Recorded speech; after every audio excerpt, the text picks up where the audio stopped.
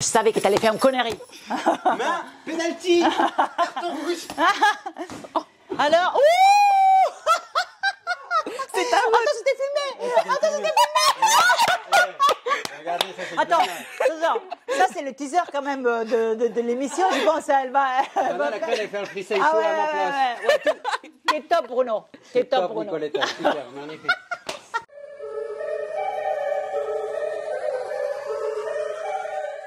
Bonjour Manuela. Alors pour ceux qui ne te connaissent pas, tu es arbitre de football et tu t'es retrouvée membre du jury de Sensationnel. Comment tu passes de arbitre de foot à membre du jury sur le développement de clubs amateurs principalement féminins? Alors, tout d'abord, c'était vraiment une chose à laquelle je ne m'attendais pas, mais que j'ai énormément apprécié, parce qu'au fait, on m'a dit ce serait bien qu'il y ait un arbitre aussi dans le jury pour changer de point de vue. Et parce qu'au fait, en arbitrant, même si j'arbitre le foot masculin, je suis aussi à l'international arbitre de football féminin. Coupe du monde féminine. Coupe du monde féminine.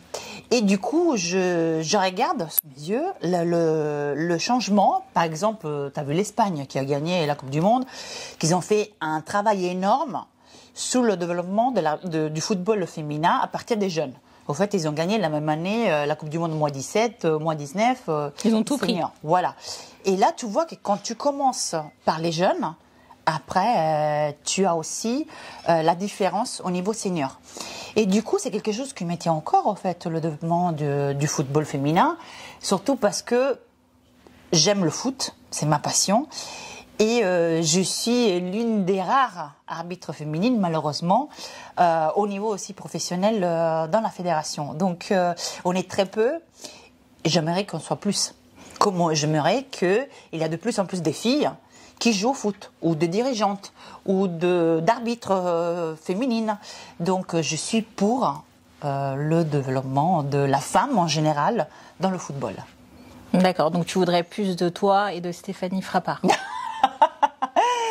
Oh, plus de l'or, plus de... Voilà, comme je t'ai dit, dirigeante, entraîneur, c'est... Voilà, qu'on soit plus en fait. Parce que on partage la même passion en fait. C'est ça. Pas parce qu'on dit ah ouais non, il faut des femmes. Non, c'est juste on a exactement la même passion pour le football.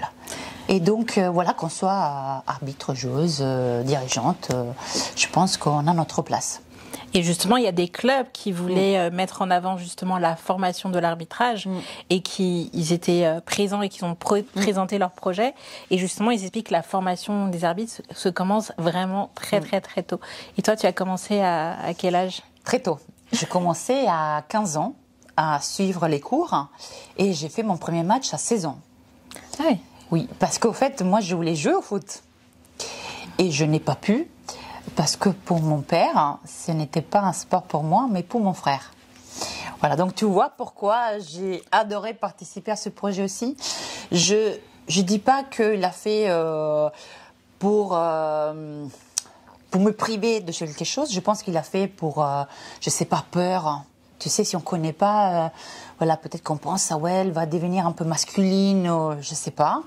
Bon, du coup, je suis devenue une bonne arbitre, alors c'était peut-être l'univers qui a voulu ça, mais voilà, j'ai commencé très jeune et du coup, j'ai passé toutes les étapes pour arriver où je suis maintenant. Être arbitre féminine, c'est pas facile. Et est-ce que tu fais un parallèle justement avec ces clubs amateurs qui aussi ont des difficultés à s'imposer, comme tu as dû t'imposer dans ce monde, avec pas forcément les mêmes moyens et la même visibilité et les mêmes informations? Oui, tout à fait. J'aime bien ce que tu viens de dire. Je pense que c'est un peu pas pareil. Parce qu'au fait, malheureusement, quand tu es une femme et tu parles de foot, tu es encore parfois...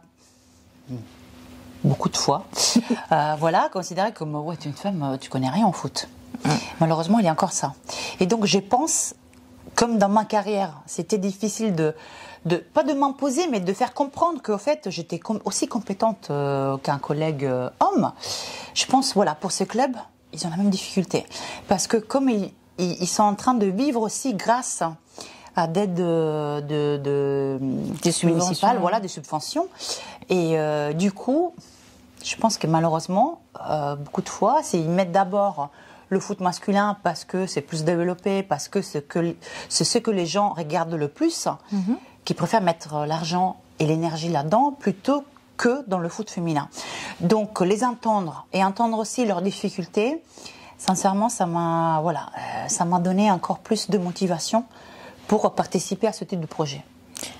Et comment tu as fait pour prendre justement 300 candidatures, passer à 8 et en plus ce soir, après avoir entendu leur magnifique présentation, en choisir un seul, c'était pas frustrant pour toi? Oui, tout à fait. Tout à fait, parce qu'au fait, il n'y avait pas qu'un seul projet qui était beau. Il y en avait plusieurs. Et tu as envie d'aider tout le monde. Et du coup, quand on a dû décider des 308, on s'est basé sur plusieurs choses, dont la clarté des objectifs, avoir un programme bien défini sur 3 ans, et surtout aussi la nouveauté des objectifs. Parce que c'est un peu plus facile, on va dire, entre guillemets, de dire, voilà, on veut plus de licenciés, on veut ça, tout le monde veut ça. D'accord. Donc on a sélectionné vraiment les projets qui ressortaient un peu des autres, par rapport aux autres. Et là, on a choisi les 8, même si ce n'était pas facile. Hein. On a dû refaire les votes parfois. L'arbitrage, voilà, exactement. C'était compliqué. Voilà. Il y a eu la barre aussi, l'intervention barre. Est-ce que tu as sorti des cartes rouges? Et non, pas encore, même pas ce soir. Hein, mais à un certain moment, je dis, bon, VAR, parce qu'on va revoir certaines choses. Mais ces soirs, en fait, ce qu'on a utilisé, on va dire, entre guillemets, comme sujet principal pour choisir, c'était la passion que les gens ont transmis dans la présentation de leur projet. Au fait, les projets qui ont gagné nous ont vraiment fait comprendre qu'ils font ça avec le passion. Et je ne suis pas en train de dire pas les autres, mais ce sont eux qui l'ont su transmettre sur, devant en fait le jury. Ils ont su nous amener dans leur voyage, dans leurs difficultés, dans leur passion. Et au fait, quand tu crées aussi de l'empathie avec les gens, eh ben celle-là, on s'est dit, au fait, on a des beaux projets, mais qu'est-ce qui ressort? Énormément la passion. Et donc, c'est pour ça qu'on a choisi les traits plus, à notre avis, à la base, il avait bien sûr un projet bien clair, hein, bien défini. Oui, bien ça, c'était la base. Si tu n'avais pas un projet clair, bien sûr... C'était pas la peine d'être là. Voilà, exactement. Mais c'est ça, en fait. Parce qu'il faut quand même y avoir quelque chose qui les différencie des autres. Et là, on a trouvé vraiment la différence. C'était dans ça. Dans l'énergie, dans la passion qu'ils ont utilisée dans leur speech. Est-ce que ça vous a donné envie, justement, de dire, OK, ils sont lauréats, j'ai vu leur projet, oui. Et d'être tenté, justement, d'aller sur place, voir ce que ça donne au bout de 1 an, 2 ans, 3 ans. Au fait, on m'a dit que dans 1 an, oui. Ils vont revenir pour présenter ce qu'ils ont fait avec l'argent qu'ils ont gagné. Oui, c'est ce qu'a fait FC Padoulou l'année dernière, mais d'aller vous-même voir. Eh ben, j'avais pas pensé à ça. Parce que moi, je l'ai fait. J'ai été voir FC Padoulou à Montpellier il y a environ 1 mois. Okay. Et c'est incroyable de passer de l'image à la réalité et de voir tout ce qu'ils ont pu faire. Alors ça, c'est nouveau, ça, c'est grâce à l'argent. Et ça se développe. Et c'est pas du tout la même chose, c'est pas le même rendu. Et on voit davantage l'impact. Eh ben, c'est une très bonne idée, j'avais pas pensé à ça. Voilà, on va faire une émission. On y va ensemble. Et en immersion. Exactement, oui, on va faire épisode 2. En immersion, je suis partante moi. C'est bon, elle l'a dit. Hein. Donc on va faire épisode 2, 3 et 4, parce qu'on va aller chez les 3 ou juste la gagnante. Hein. Moi je vais aller aussi à côté de Toulouse parce que j'ai adoré leur... faut aller voir les 3. Ouais, voilà, exactement. Donc ça veut dire que l'année prochaine vous serez encore là. Si on vous propose. Avec plaisir. Avec plaisir. Oui. Et il y a quelque chose qui me touche, c'est de voir que vous avez pris le temps, je pense que vous avez quand même un agenda assez fourni, de venir, de participer à ce concours pour aider des clubs amateurs qu'on n'en a jamais entendu parler. Et ça, je trouve ça vraiment, vraiment formidable. Et puis, je pense que même pour ceux qui n'ont pas gagné, de voir en fait une femme qui a réussi dans le football, même si elle n'est pas devenue joueuse professionnelle, je pense que ça aide justement aussi ces clubs et ces petites filles en disant, regardez, il y a des membres de jury qui ont réussi. Oui, il y a leur boulot, mais il n'y a pas que leur boulot en tant que femme qui peut réussir dans le football en tout cas. Merci, c'est très gentil d'avoir dit ça. Et c'est vrai que, en fait, je suis très contente de ma carrière, pas seulement pour moi, mais pour avoir pu ouvrir les portes aussi aux autres femmes, aux autres filles, pouvoir leur démontrer qu'on peut le faire, on peut y arriver.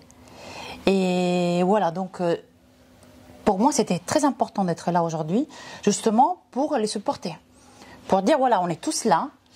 Et on n'est pas là pour juger d'une façon, pour dire ouais, non, toi, non, vraiment pour juger et pour donner cet argent vraiment aux personnes pour les aider le projet. Et comme vous venez de dire, d'aller voir le projet, c'est une idée magnifique et j'adore. Parce qu'au fait, voir le concret en plus. C'est ça. Comment les filles ont pu utiliser cet argent ou ce qui a changé au fait dans le club. Malheureusement, c'est un seul club qui a gagné. Pour l'instant, peut-être que l'année prochaine, on ne sait pas. Voilà, mais cette année, mais c'est vrai que voilà, au moins on a aidé ce club.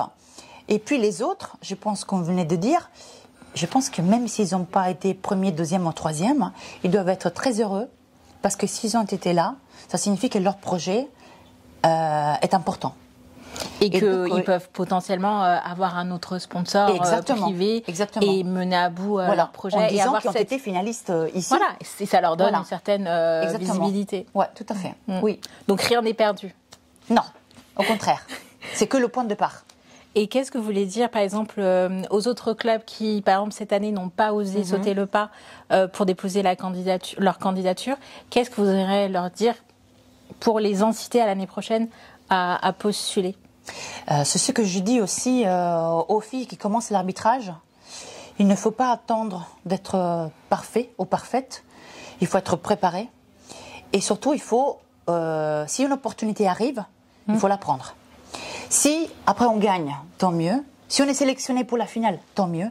Et si on n'est pas sélectionné, on apprend. On apprend toujours des échecs. C'est ça en fait. Mais au moins on essaye. Si on n'essaye même pas de postuler, on ne saura jamais si on est sélectionné ou pas. Donc, s'il y a l'opportunité, faites-la. Il faut s'en saisir. Exactement. Je vais finir là-dessus parce que c'est des belles paroles et pour inciter les gens justement à se lancer.